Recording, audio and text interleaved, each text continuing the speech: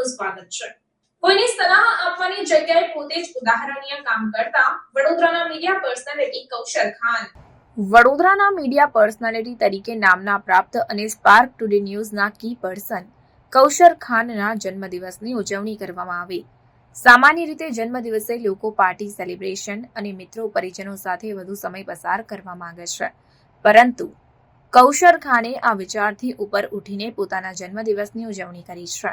કૌશર ખાને શ્રવણ સેવા ફાઉન્ડેશન સાથે મળીને જન્મદિવસ નિમિત્તે માછલીઓને ભરપેટ મમરા તથા વાનર સેનાને ભરપેટ ફલાહાર કરાવ્યો।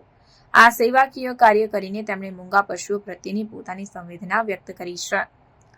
કૌશર ખાનની સેવા સમર્પિતતા માત્ર અહીંયા જ પૂર્ણ નથી થતી। તેમણે શ્રવણ સેવા ફાઉન્ડેશન સાથે મળીને ફૂટપાથ પર જીવન વ્યતીત કરવા 150થી વધુ મજબૂર નિસહાય વૃદ્ધોને સ્વાદિષ્ટ ભોજન સેવા પૂરી પાડી હતી અને તેમના આશીર્વાદ મેળવ્યા હતા। આ સેવાકીય કાર્ય કૌશર ખાનની જરૂરિયાતમંદ, મજબૂર, નિસહાય બનીને ફૂટપાથ પર જીવન વિતાવવા મજબૂર વૃદ્ધો પ્રત્યેની સંવેદના વ્યક્ત કરે છે। આટલું જ નહીં, તેમણે નિસહાય વૃદ્ધો ચોમાસામાં વરસાદથી બચી શકે તે માટે 50 જેટલા રેનકોટ અને છત્રીનું પણ નિઃશુલ્ક વિતરણ કર્યું। આમ કૌશર ખાને તેમના જન્મદિવસને સેવા સમર્પિત કરીને આગામી જીવનમાં નવા આયામો સર કરવા માટે આશીર્વાદ મેળવ્યા છે।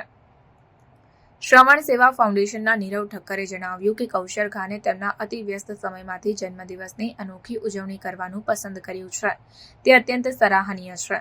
તેમણે મૂંગા પશુઓ, નિસહાય વૃદ્ધોને ભરપેટ જમાડીને તેમના આશીર્વાદ મેળવ્યા છે। તેમણે કોઈની સલાહ આપવાની જગ્યાએ પોતે જે ઉદાહરણ કાયમ કર્યું છે, તેની શ્રવણ સેવા ફાઉન્ડેશન પરિવાર વતી હું દિલથી સરાહના કરું છું। અમને વિશ્વાસ છે કે આ તેમના અત્યાર સુધીના જન્મદિવસોની સરખામણીએ વધુ ખાસ દિવસ રહ્યો છે। આ આશીર્વાદ તેમને ભવિષ્યમાં આગળ વધવા માટે સતત પ્રેરણા પૂરી પાડશે અને કૌશર ખાન તેમના જીવનમાં નક્કી કરેલા ધ્યેયને જરૂર પામીને લોકોને મદદ કરતા રહેશે। Reporter Dhavalsinh Solanki, India plus news, Vadodara.